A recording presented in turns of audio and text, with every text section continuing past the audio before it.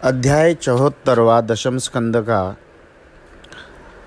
सुखदेव जी महाराज राजा परीक्षित से कहते हैं कि जरासन का वध सुन अत्यंत प्रसन्न होकर कृष्ण बोले, त्रिभुवन के गुरु सब लोकों में बड़े ईश्वर दुर्लभ मानकर आपकी आज्ञा को सिर पर धारण करते हैं। हे व्यापक कमल नयन, आप इस दुखी और सामर्थ्यपन का अभिमान रखने वालों को भी आज्ञा को सिर पर धारण करते हो, ये विडंबना मात्र ही है।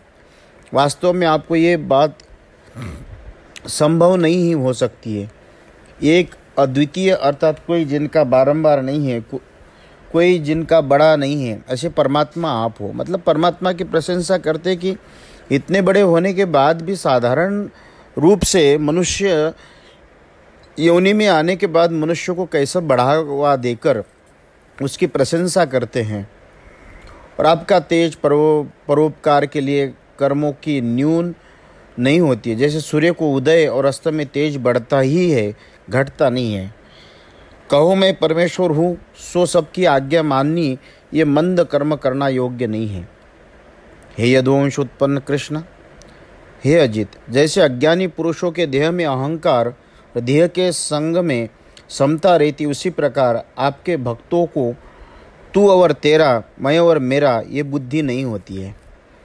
जहाँ परमात्मा के भक्त होते हैं उसमें समत्व रहता है। पूरे ब्रह्मांड में हर एक क्षण भी परमात्मा इच्छित घटित घटता है।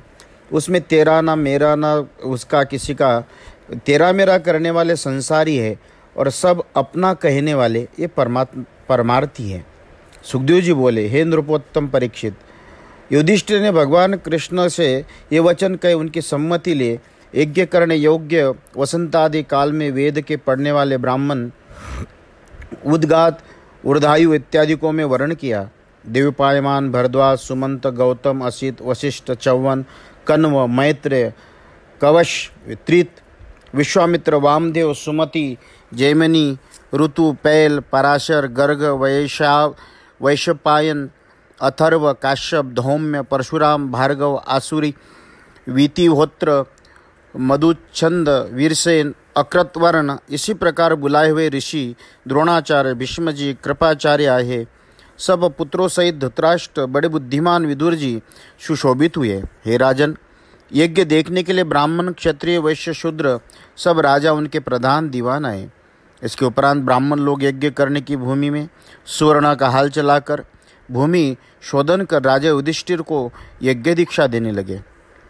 वरुण के यज्ञ में सुवर्ण की सामग्री और सुवर्ण के पात्र से ही उसी प्रकार यज्ञ में भी जो ब्रह्मा, महादेव, इंद्रादिक देवताओं को संग लेकर लोकपाल भी आए। गणों से सिद्ध, गंधर्व, विद्याधर, बड़े बड़े सर्प, मुनीश्वर, यज्ञ, राक्षस, खग, किन्नर, चानर, इनके समूहों के समूह आए हुए राजाओं के सब स्त्रियां भी। पांडुपुत्र राजा युधिष्ठिर राजस्व यज्ञ में आए। हे महाराज, इस बात को कोई आश्चर्य न करे, क्योंकि हरि भक्ति के सब वार्ता सिद्ध हो सकती, इसीलिए इन्होंने युधिष्ठिर के यज्ञ में विस्मय नहीं किया। जैसे देवताओं ने वरुण का यज्ञ कराया था, उसी प्रकार देवताओं के समान कांति वाले ऋतिज व राजस्व यज्ञ करके विधिपूर्वक महाराज युधिष्ठिर से यजन कराने लगे। अतिशय करके सावधान पृथ्वी का पालन करने वाले राजा युधिष्ठिर जिस दिन सोमवल्ली कुटी गई, उस दिन यज्ञ करने वाले बड़भागी जो सभा में मुख्य थे, उनका पूजन किया। सभा में बैठने वाले प्रथम किसी की पूजा करनी चाहिए, ये विचार करते एक की अपेक्षा एक बड़ा है। इस प्रकार जब किसी ने निश्चय न हुआ, तब युधिष्ठिर के भाई सहदेव ने कहा, भक्तों के पालन करने वाले अखंड रूप समस्त देवता, देश काल धनादि करुण भगवान कृष्ण ही इस यज्ञ के पूजा करने योग्य है। सब विश्व कृष्ण ही हैं। यज्ञाधिक भी कृष्ण रूप ही है। अग्नि, आहुति, मंत्र, उपासना आदि सब कृष्ण पराये नहीं है। सभा में बैठने वाले अजन्मा एक अद्वितीय कृष्ण है। अपने स्वरूप विश्व को अपने आत्मा में दूसरे की सहायता बिना उत्पन्न पालन और नाश करते हैं। सब जनों के अनुग्रह इस संसार अनेक प्रकार के तप, योगादि, कर्म, धर्मादिक रूप कल्याण को करते हैं। अनेक प्रकार के सब कर्मों को फल भी सब कृष्ण के अधीन ही है। इसलिए सबसे बड़े भगवान कृष्ण ही पहले पूजा करनी योग्य है। इनकी पूजा करने से सब प्राणियों की पूजा हो जाएगी। जो कोई पूजा के योग्य होगा उसकी भी पूजा हो जाएगी। इस कारण जो पुरुष पूजा के अनंत फल की चाह न करे, वो पुरुष सब प्राणियों के आत्मा भेदभाव रहित शांतिपूर्ण भगवान वसुदेव जी की पूजा करे। इतनी बात कह कृष्ण के प्रभाव को जानने वाले सहदेव चुप हो गए। उस समय सब श्रेष्ठ सहदेव का वचन सुनकर सत्य कहा इस प्रकार कहकर बड़ाई करने लगे। स्नेह से विह्वल और प्रसन्न हो राजा युधिष्ठिर ने उन ब्राह्मणों से कहे हुए वचन सुन सभा में बैठे हुए पुरुषों का हृदय का अभिप्राय जान इंद्रियों की प्रेरणा करने वाले भगवान कृष्ण का पूजन किया। स्त्री भाई मंत्री सब कुटुंब के पुरुषों सहित राजा युधिष्ठिर ने कृष्ण के चरण कमलों को धोए। सब लोगों को पवित्र करने वाले चरणार बिंद का धोवन जल अपने मस्तक पर चढ़ाया। पीले रेशमी वस्त्र बहुत मोल के आभूषण भी पूजा कर आंसू भरे नेत्रों से राजा युधिष्ठिर कृष्ण के दर्शन करने को समर्थ न हुए। इस प्रकार जब राजा युधिष्ठिर ने पूजा की तब कृष्ण का दर्शन कर सब लोग हाथ जोड़ नमो नम और जय जय करके कृष्ण को प्रणाम करके फूलों की वर्षा करने लगे। हे परीक्षित, जब भगवान कृष्ण की पूजा हुई तब दम घोष का पुत्र शिशुपाल कृष्ण के गुणों का वर्णन सुन अत्यंत क्रोधित भुजा उठाकर ईर्ष्यापूर्वक निश्चय कृष्ण को कठोर वचन सुनाकर ये कहने लगा, नाश रहित श्लाघ्य सामर्थ्यवान काल बड़ा प्रबल है। वास्तव में वेद की श्रुति सत्य है, क्योंकि काल से ही रुद्ध सभा में बैठने वाली बुद्धि इस बालक सहदेव के कहने से चलायमान हो गई। पात्र के जानने वालों में श्रेष्ठ सभापतियों, भला ये कृष्ण पूजा के योग्य है? कदापि नहीं। इस प्रकार बालक का वचन मानना उचित नहीं है, क्योंकि तप करने वाले विद्वान व्रती ज्ञानी पाप रहित ब्रह्मनिष्ठ लोकपालों से पूजित ब्रह्मर्षि इस सभा में विराजमान है। इन सब का त्याग गायों का चराने वाला, कुल को दोष लगाने वाला पूजा के योग्य कैसे हो सकता है? क्योंकि यज्ञ में देवताओं को योग्य बलि को कौवा कैसे ग्रहण करने योग्य है? न कोई वर्ण, न आश्रय, न कोई कुल, संपूर्ण धर्म से बहिष्कृत, जैसे मन में आवे वैसे ही करे। गुणहीन ऐसा कृष्ण पूजा के योग्य हो सकता है? राजा ययाति ने इसके कुल को शाप दिया, सत्पुरुषों से जाति बहिष्कृत किया। सर्वदा रुता मदिरापान करने वाला इसका कुल है। फिर इस कुल में आज कृष्ण कैसे पूजा योग्य है? ब्रह्मर्षि सेवित देशों को त्याग ब्रह्म तेज रहित समुद्र के किले को आश्रय लेकर यादवों में चोर के समान बाधा देता है। हे भूपाल, नष्ट मंगल शिशुपाल अनेक प्रकार के अमंगल वचन कहता रहा, परंतु जैसे सिंह शियारों के बोलने पर ध्यान नहीं देता, उसी प्रकार कृष्ण कुछ न बोले। सभासद दुस्सह भगवान कृष्ण की इस प्रकार निंदा सुन कर्ण मूत कर अत्यंत क्रोधित शिशुपाल को गाली देने लगे, क्योंकि भगवान की निंदा अथवा भगवान वत परायण पुरुषों की निंदा सुनकर जो पुरुष उस स्थान से न उठ जाए, वो पुरुष अपने पुण्य से भ्रष्ट होकर नरक में गिरता है। इसके उपरांत परीक्षित क्रोध से पांडु के पुत्र मत्स्य देश और संजय देश के राजा अपने शस्त्रों को उठाकर शिशुपाल को मारने के उपस्थित हुए। हे परीक्षित, इसके पीछे घबराहट रहित शिशुपाल ने कृष्ण के पक्ष वाले राजाओं को मारने के लिए ढाल और अत्यंत तीक्ष्ण धार वाली तलवार ग्रहण की। ये मेरा पार्षद, मेरे समान बलवान, ये सबको मारेगा, इससे मैं ही इसको मारूं, ये विचार उसी समय उठा। भगवान कृष्ण ने अपने ओर के राजा को निवारण करके सन्मुख आते अपनी वैरी शिशुपाल का सिर छुरे के समान पैनी धार वाले चक्र से काट दिया। उस समय बड़ा कोलाहल शब्द हुआ। शिशुपाल के पिछ लघु राजा इच्छा करके भाग गए। उस समय शिशुपाल के देह से निकली हुई ज्योति सब प्राणियों को देखते देखते कृष्ण में इस प्रकार मिल गए, जिस प्रकार आकाश से गिरे तारे पृथ्वी में मिल जाते। इससे पहले जन्म में हिरण्यकश्यप हुए, दूसरे जन्म में रावण कुंभकर्ण हुए, तीसरे जन्म में शिशुपाल दंतवक्त हुए। इस प्रकार 3 जन्म के चले आए। ऐसे वैर से तन्मय बुद्धि से रूप का ध्यान करते करते वो उसी रूप को प्राप्त हुए, अर्थात पार्षद हो गए। क्योंकि जैसी भावना करता है वैसे ही उनका जन्म होता है। इसके उपरांत चक्रवर्ती राजा युधिष्ठिर ने यज्ञ के करने वाले ब्राह्मणों को और बड़े सभा में बैठने वाले बड़ी दक्षिणा दी। विधिपूर्वक सबका पूजन करके यज्ञांत स्नान कर किया। योगेश्वर ईश्वर कृष्णचंद्र ने राजा युधिष्ठिर का यज्ञ सिद्ध करके सौरथों की विनय से कितने ही मास पर्यंत वहाँ वास किया। इसके उपरांत जाने देने की इच्छा न करने वाले राजा युधिष्ठिर आज्ञा मांग सामर्थ्यवान भगवान देव की नंदन कृष्ण अपने स्त्री पुत्रों संग लेकर द्वारका पहुँचे। सुखदेव जी बोले, हे राजा परीक्षित, वैकुंठ के वास करने वाले जय विजय पार्षदों को सनकादिका का शाप लगा, इस कारण बारंबार जन्म हुआ। प्रथम एक कथा तुम्हारे आगे विस्तार सहित वर्णन कर चुके। राजस्व यज्ञ कर चुकने के पीछे स्नान कर राजा युधिष्ठिर ब्राह्मण क्षत्रियों के मध्य में बैठ इंद्र के समान सभा में शोभायमान होने लगे।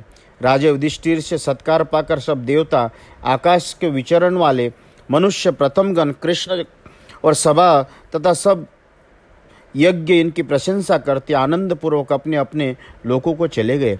परंतु कौरवों के कुल में कलियुग रूप कुल का नाशक धर्मद्वेषी दुर्योधन पांडुपुत्र महाराज युधिष्ठिर की बड़ी शोभा को देख अपने मन में बहुत कूड़ा। शिशुपाल का वध आदि को जो भगवान कृष्ण के कर्म 20,800 राजा कैसे छुड़ाए, राजा युधिष्ठिर का यज्ञ कराया। इस प्रसंग को जो पुरुष कहे अथवा सुनेंगे सब पापों से छूट जाएंगे। इति श्रीमद्भागवते महापुराणे दशम स्कंदे उत्तरार्ध भाषा टीकायां शिशुपाल वधो नामो चतुसप्ततितमो अध्याय। दशम स्कंद का 75वां अध्याय। राजा परीक्षित बोले कि हे व्यासपुत्र सुखदेव जी, अजातशत्रु राजा युधिष्ठिर के राजस्व यज्ञ की बड़ी शोभा देखकर जो राजा आए थे सब प्रसन्न हुए और संपूर्ण देवताओं ने भी आनंद पाया। केवल दुर्योधन ही आनंद से वंचित रहा। ये हमने आपको ही मुख से सुना। सूर्य दुर्योधन को आनंद क्यों न हुआ, इसका कारण कृपा करके मेरे सन्मुख वर्णन कीजिए। सुखदेव जी बोले, हे परीक्षित, महात्मा तुम्हारे दादे राजा युधिष्ठिर के राजस्व यज्ञ में सब बंधु बांधव प्रेमोश होकर सबकी ही टहल करते थे। किसने कौन काम किया सो कहते हैं। भीमसेन को रसोईया अधिष्ठाता, दुर्योधन का खर्चा करने का स्वामी अर्थात कोषाध्यक्ष किया, क्योंकि ये हमको शत्रु जानकर बहुत द्रव्य उठाएगा तो इसमें हमारा यश होगा। सहदेव को आए गए की पूजा करने का काम सौंपा। नकुल को अनेक प्रकार की सामग्रियां संपादक बनाया। साधुओं की सेवा अर्जुन करता था। कृष्ण यज्ञ में आने वाले के पांव धोकर पोंछ देते थे। परोसा पड़ोसी में द्रौपदी लगी रही थी। उदार मन वाले कर्ण दान देने की टहल में लगा रहा। हे श्रेष्ठ परीक्षित, सात्यकी, विकर्ण, हार्दिक्य, विदुरादिक, भूरिश्रवादिक, बाहिक, राजा के पुत्र और संतर्दन आदि सब बड़े यज्ञ में अनेक प्रकार के कामों में लगा दिए। उस समय सब राजा महाराज युधिष्ठिर प्रिय करने के लिए प्रवृत्त हो गए। ऋत्वक और सभासद तथा विवि के सुहृद सज्जनों को सुंदर मनोहर वचन गहने दक्षिणा से पूजित होकर शिशुपाल को कृष्ण के चरण की प्राप्ति होने के उपरांत स्वर्ग नदी गंगा में यज्ञ की समाप्ति का स्नान किया। यज्ञ की समाप्ति के उत्सव में मृदंग, शंख, ढोल, खंजरी, नगारे, गोमुख, नरसिंह आदि चित्र विचित्र बाजे बजने लगे। नाचने वाले नाचने लगे। आनंदपूर्वक गवैयों के झुंड गाने लगे। उनके वीणा, वेणु, हथेलिया शब्द स्वर्ग तक व्याप्त हो रहा था। विचित्र छत्र, ध्वजा, पताका जिनके ऊपर ढकी ऐसे बड़े बड़े रथ, हाथी घोड़ों पर चढ़ सुवर्णों की माला पहने हुए सेना को संग लेकर राजा निकले। युधिष्ठिर को आगे किए यदु, संचय, काम्बोज, कुरु, कैकय, कौशल देश के राजा पृथ्वी को कंपायमान करते सेना सहित चले। सभासद, ऋतिज और ब्राह्मण वेद की ध्वनि करते चले। ऋषि, पितृ, गंधर्व पुष्पों की वर्षा करते हुए स्तुति करते। चंदन, माला, गहने, वस्त्रों को श्रृंगार कर पुरुष, स्त्री पुरुष अनेक प्रकार के दूध, दही आदि रसों का लेपन करते छिड़कते। तेल और माखन, सुगंधित जल, हल्दी, केशर इत्यादि के लेपन करते। छिड़कने परस्पर विहार करते। इस उत्सव को देखने के लिए जैसे उत्तम विमानों पर बैठकर दिवांगना आई हो, उसी प्रकार वीर और रावतों से रक्षित हो राजा युधिष्ठिर की रानियां रथ और पालकियों में बैठकर निकली। ये रानियां मामा के पुत्रों से और सखियों से भिगोई हुई लाज भरी मुस्कान, प्रफुल्लित मुख से शोभायमान हो रही थी। भेजने से और शरीर में चिपटने से उन स्त्रियों के सभी उत्सुकता से चोटी शिथिल होने के कारण उसे फूल बिखर रहे थे। देवर और सखीजन उन्हें डोलचिया भिगा रहे थे। उनकी लीला देखकर मलिन मन कामीजनों का चित्त अत्यंत क्षुभित हो रहे थे।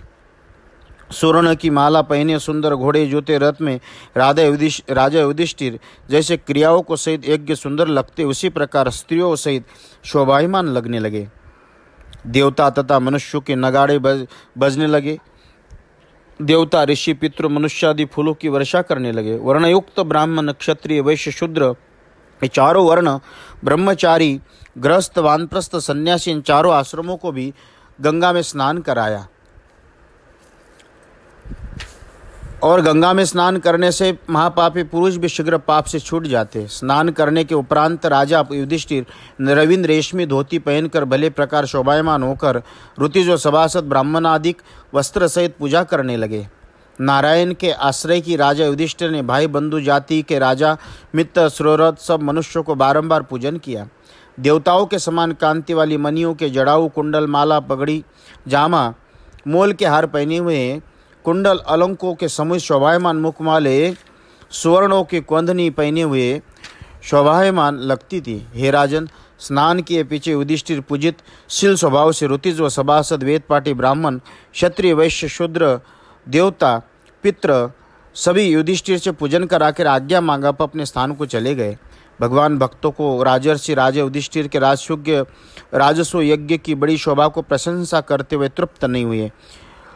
मनुष्य चित्त अमृत पीते पीते तृप्त नहीं हुआ। शरद संबंधी बंधु कृष्ण के बिछड़ने से कायरमन हो राजा युधिष्ठिर के प्रेम से सका नृपोत्तम परीक्षित उन युधिष्ठिर का प्रिय करने के लिए सांब आदि पुत्र यादवों में शूरवीरों को द्वारका में भेज आप कृष्ण इंद्रप्रस्थ रहने लगे। हे राजन, समय भगवत भक्त राजा युधिष्ठिर रणवासी लक्ष्मीत राजसु के यज्ञ की महिमा देखकर दुर्योधन संताप करने लगा। राजा युधिष्ठिर का अंतपुर जहाँ मैं दैत्य रचित नरपति दैत्यपति देवपतियों को नाना प्रकार की विभूतियाँ प्रकाशमान हो रही थी, वहाँ विभूतियाँ साथ द्रौपदी अपने स्वामियों की सेवा करती थी। उसे देख दुर्योधन का मन अत्यंत ताप को प्राप्त हुआ। युधिष्ठिर के अंतपुर में उस समय मधुपति कृष्णचंद्र की रानियों को सभी धीरे धीरे चलने में बसते हुए नृपुर शोभित चरण कुचों की केसर से अरुण हार धारण किए चंचल कुंडल और केश पास से युक्त सुंदर मुख रमणीय कटी से युक्त कृष्ण की सहस्त्र रानियां वहां फिरती थीं।